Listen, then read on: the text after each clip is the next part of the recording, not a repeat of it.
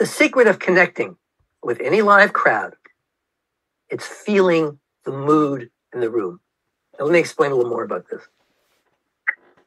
That's a picture of me back around 1994, I think it was.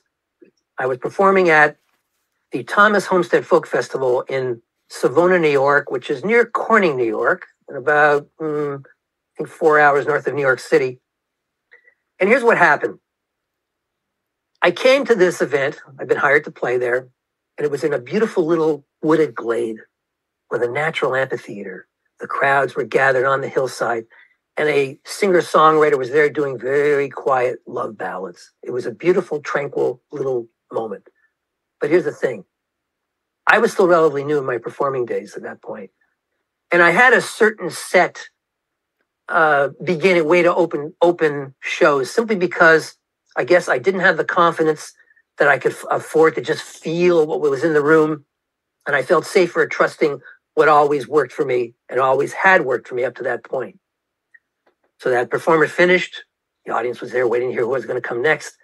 I come in and I start playing and I launch into one of my traditionally upbeat songs. And right before my eyes, I watched the hillside empty out as people started picking up their blankets and their picnic baskets and their chairs and start leaving because, as it turned out, there was a barn dance being held concurrently while I was doing my set.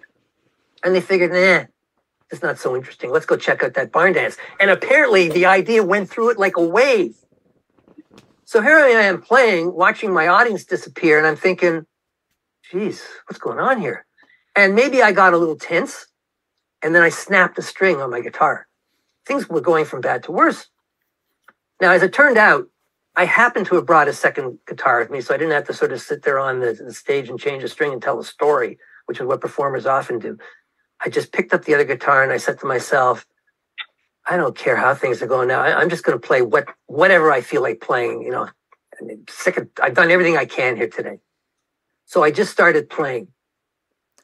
And here's the funny thing. People thought, oh, this is better. And they started coming back. And what happened is that from that moment on, I was just kind of more in sync with them. And by the end of this set, which would have been, I guess, 45 minutes, 50 minutes, whatever it was, I did okay. I salvaged it. I didn't, I could say to myself, okay, well, at least I prevented this from becoming an outright disaster.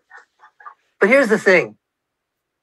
When I threw away my plan and allowed my deeper feelings to guide my song choices, it did something very, very important. It helped me to connect with the mood in the amphitheater. But it only worked because I'd gotten so fed up with what was going on that I just stopped being afraid of failure, which I suppose was what caused me to do that upbeat material in the beginning.